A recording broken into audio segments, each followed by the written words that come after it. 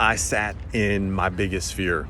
And my biggest fear is simply this, that I would end my physical form here on earth and had not taken action on the ideas, the thoughts, the feelings, the desires that I had in my life, that I had not taken action on them and at least given it a go.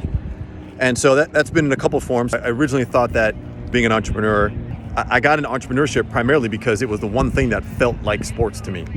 And it's the one thing that I really felt like myself again. And I went all in on it.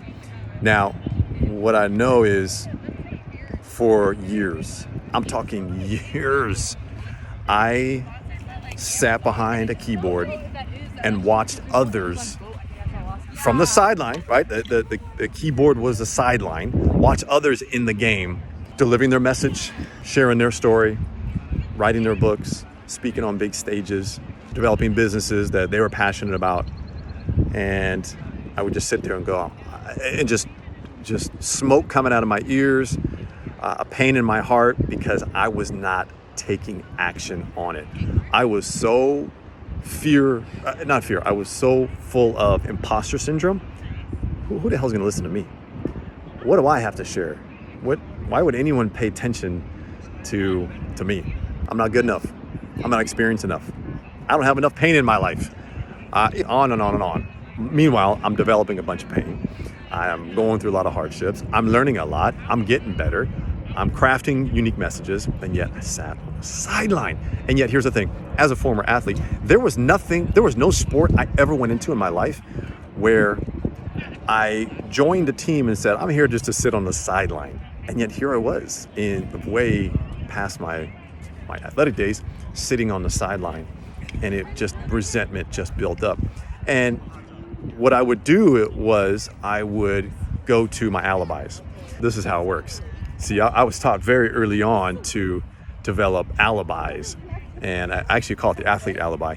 And it started way back in probably my youth years, my high school years in sports, when they say, we lost a game, for example. Oh gosh, that was the referee's fault. They made a bad call. Or it was the coach's fault because they didn't call the right plays. Or it was your teammate's fault because they didn't play as up to their... It was always someone else's fault.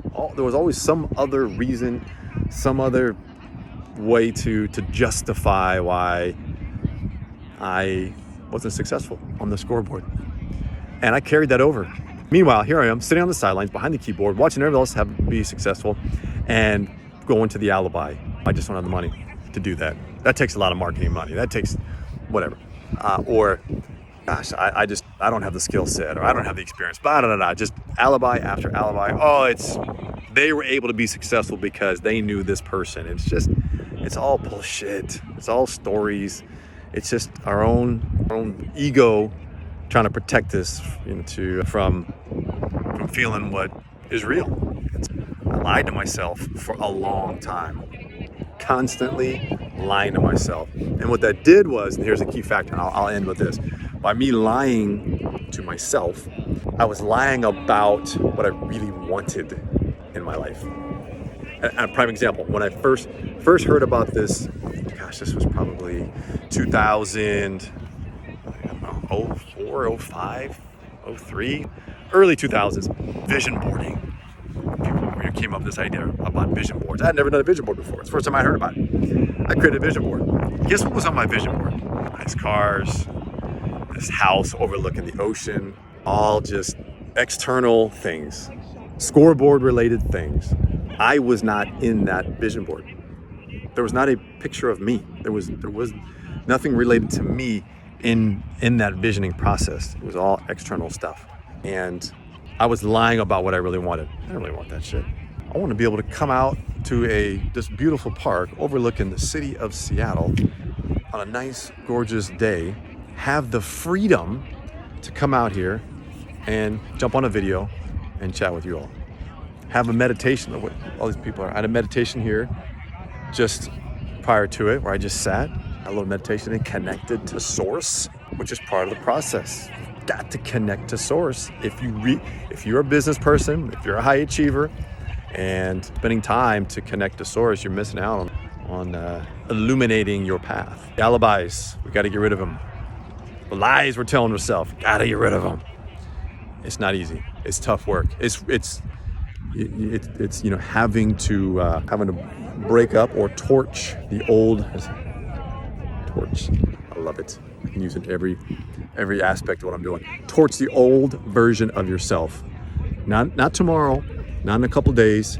Right now, break out your journal, start writing about what is real for you right now. What is the truth about where you're at? And torch